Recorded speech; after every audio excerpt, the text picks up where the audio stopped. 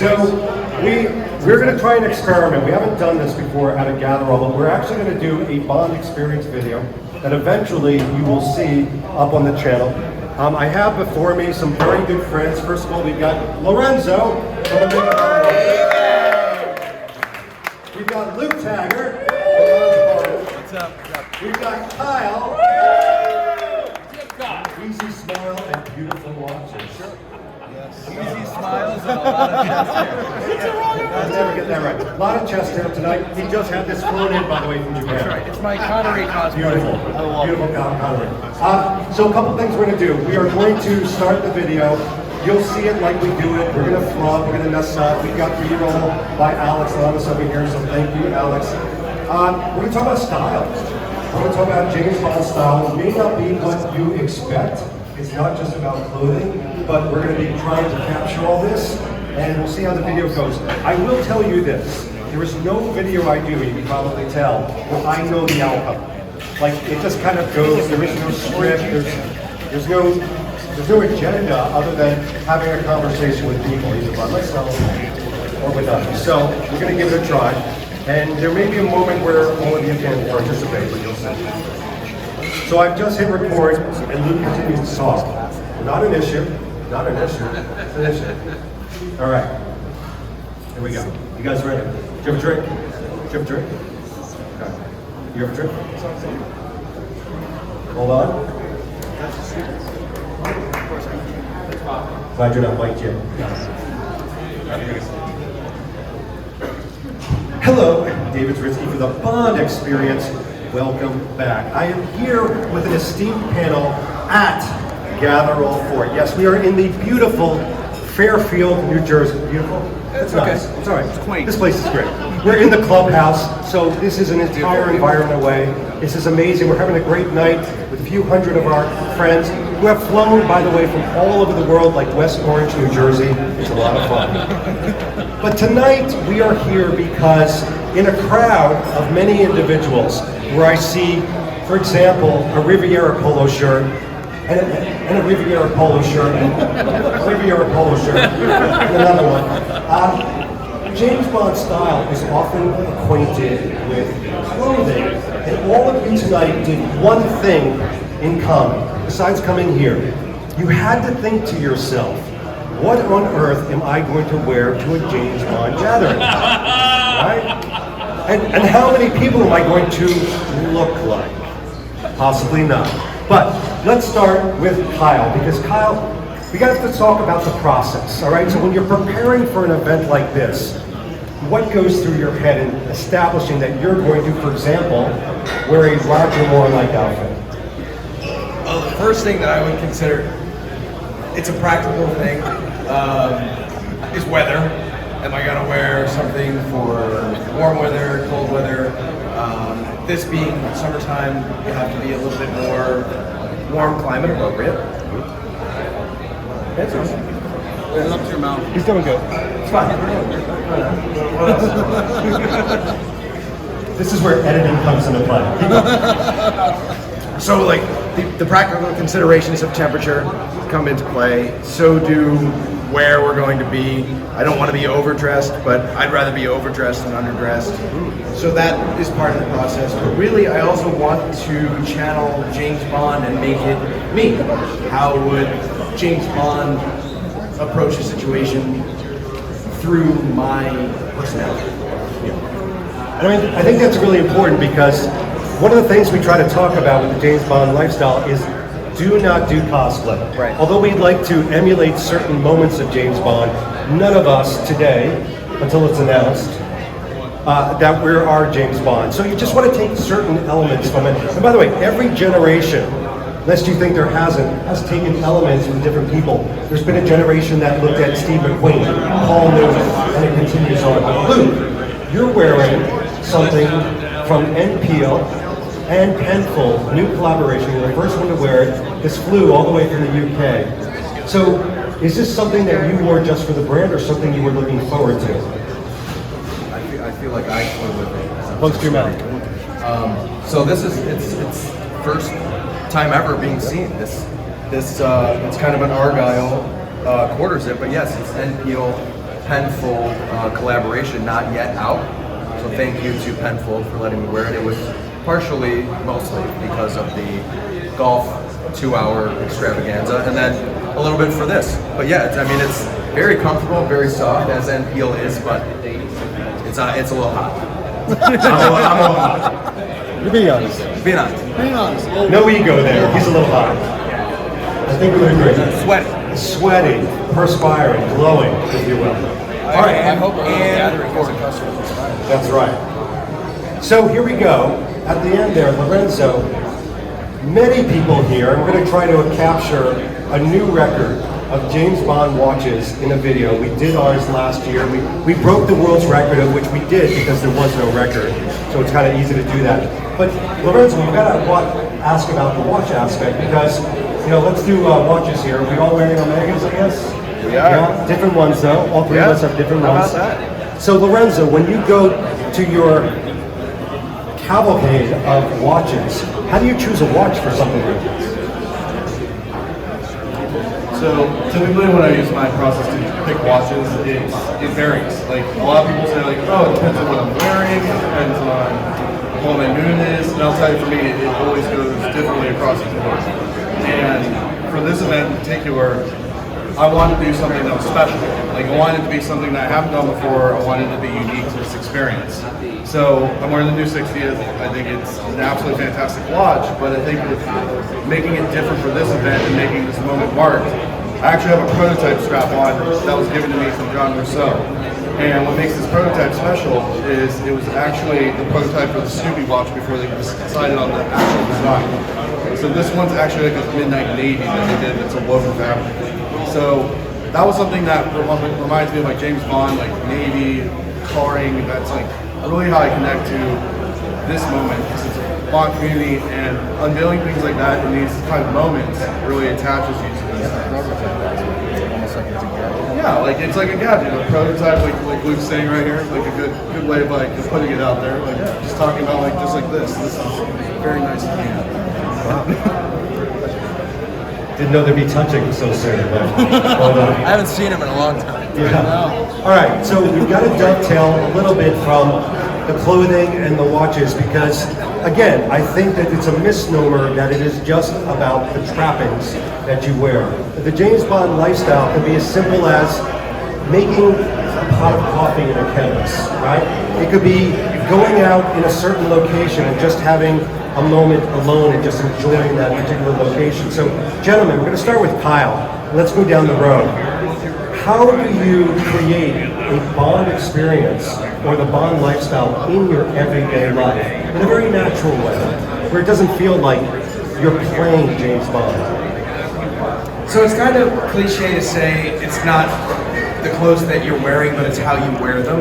But I think that's kind of the attitude towards how you bring a little bit of the James Bond lifestyle into your everyday life. It's not about dressing up and putting on a costume. It's about how you behave. You hold that door open. You're polite to servers. You're very attentive to your job, to your duty. Those are kind of the James Bond lifestyle moments, the way that you can inhabit, or James Bond can inhabit you in your everyday life. It's not about putting on a costume. It's about how you wear it. Fantastic. What do you say? So, I think you know where I'm going to go with this. Back when the Blunt Instruments podcast was started, we did a whole episode on Bond mannerisms. And similar, it kind of all goes hand in hand, but mannerisms just, like you said, being kind to the servers, holding the door, being respectful to women, being respectful to everybody in general. But mannerisms as far as I've kind of taken things from the actors, as nerdy as it might sound, especially Brosnan. I picked up on a lot of the Brosnan mannerisms, and I kind of find myself doing it naturally. I think that's probably my biggest thing, just, and then carrying yourself with a confidence, I think is a big, easy thing to take away from life. I think the thing that ties it back for me is like when I put these items on from the movies, it really brings me to those moments. And Dave has described this as taking a moment to get away and escape to a film, whether it's looking down at a watch or a pair of sunglasses or a polo you slide on that. It's just like something it's like comfort food. You get so attached to these brands and the quality they bring to the table, and when you wear them, it makes you feel like a better person. I want to be a better person. Like, it's that attachment to a character that we absolutely adore and love. And for me, like whether it's a pair of shoes or it's not a whole outfit. Sometimes it's just one item. Those are the things that connect us to the character, and they really make you feel good about like how you go about your day and the way you move forward. Good job, Joe. Really good job. And by the way, I mean, what I heard was that it really wasn't gender specific at all. I mean, these are things that anybody, any walks of life, any socioeconomic background can do. And I think, again, I mean, I hate to throw stones in glass houses here, but when we talk about fine brands and watches, there can be a huge misunderstanding that you need to pay your way into the Bond lifestyle, and that's completely the opposite. It is about more of a mindset than something physical. For me, it's finding those little moments during the day that you can escape. And really, escapism to me, I think of James Bond as escapism. I don't even think about it as a movie sometimes, but the fact that for 2.5 hours you can escape. So finding ways to escape with your spouse or with your family or even with yourself and having a little bit of self-love, that's very James Bond. Yes, sir. All right, guys. Here we go. Did you really do that? I gotta edit that out? No. He did, no, you didn't see it. So here we go. Here's how we're gonna put a cap on this, because we are surrounded by James Bond influence moments in the room, actors up on the walls, on the TVs. I'd like you to name, it's gonna be a little bit more challenging, let's see how I do. I'd like you to name the James Bond actor who epitomizes when you think, I need to connect with James Bond's style, and why. And I'm going to start first to kind of warm you guys up as you're thinking about that. I would love to sit here on a recording and tell you it's Sean Connery, because he's the template. Sean Connery to me is James Bond. At the end of it, I dress like Daniel Craig. I get it. I got kind of like, that kind of weird body that he's got, the rugby player type thing. I don't look like Sean Connery, I'm kind of a shorter guy. So it is Daniel Craig when I think about what could I wear, what can I get away with it, who would connect with that. I think about Quantum of Solace moments. I think about Skyfall moments in Casino Royale. No Time to Die, not so much, because burned clothing just, he dies. He dies. I don't know if you heard. Spoiler. Yeah, so I would want to say Sean Connery, but the reality is Daniel Craig. So I'm going to cheat a little bit and combine two. The two that most inspire me are Roger Moore and Pierce Brosnan. Both for Roger Moore's humor and his personality, his gentlemanliness, his mannerisms, and Pierce Brosnan for that deadly swagger that he walks with, that almost tall way that his posture, his demeanor, the way he approaches things, the way he opens a door. He just does it with such deliberate. What's the right word? Deliberate. Aplomb. Yes, deliberate aplomb. That's a good word. So just FYI, it is illegal in New Jersey to fill your own gas. Yes. So guess what I said today at the gas station? Fill it up, please. Fill it up. So I want to go with Pierce really, really bad. You guessed it. But I work from home now. I don't get to wear suits like I used to. So Daniel Craig makes it very easy to dress casually. And I even mentioned this to you yesterday with your collection. If you look around David's collection, as it gets closer and closer to Daniel Craig, you see more and more sartorial pieces. It's a lot easier to obtain and replicate as we've gotten further and further along. So, for variety, I'd love to say Pierce, but it's Daniel. Nice. So for me, I want to go Daniel Craig, but I'm actually going to go a different direction because I've noticed my love for certain brands changing quite a bit. And Sean is definitely the one I'm leaning more towards now because I've found my own love for Turnbull and Astor with Connection to Bond, but it's working with them to design a shirt that really fits my lifestyle and what I do in my day-to-day. And that's not really the Daniel Craig route. That's more traditional in the way you're going to build a shirt and what you're looking for. So I feel like I'm pulling more from Sean lately, and that's kind of the direction I'm looking towards with building my collection out for my day-to-day work. Well done. So here's what we're going to do. Something a little bit fun and interactive. These gentlemen right here are going to be given a set of London Stock Exchange socks. Like these? They're just like that, except these are Baron Sounded.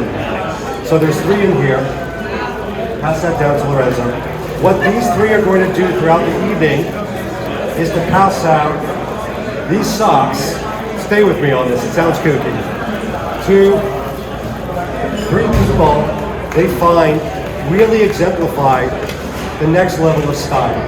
So they've got to go out, not right this second, you can do it throughout the evening, take your time, be back in an hour. But I want you to find the individuals who you're like, you know what, you did it. You captured the Bond lifestyle. And we're going to pick a winner from those to win the Bennett and Winch bag. Okay? So do you all have 3 of those? Got 3. So we'll be back a little bit later with the winners. In the meantime, gentlemen, thank you so much. You're going to go out into the thing. It goes in now. And this has been David Gillespie from the Bond Experience. We'll see you real soon. Awesome, guys. Thanks, everybody. We'll be back.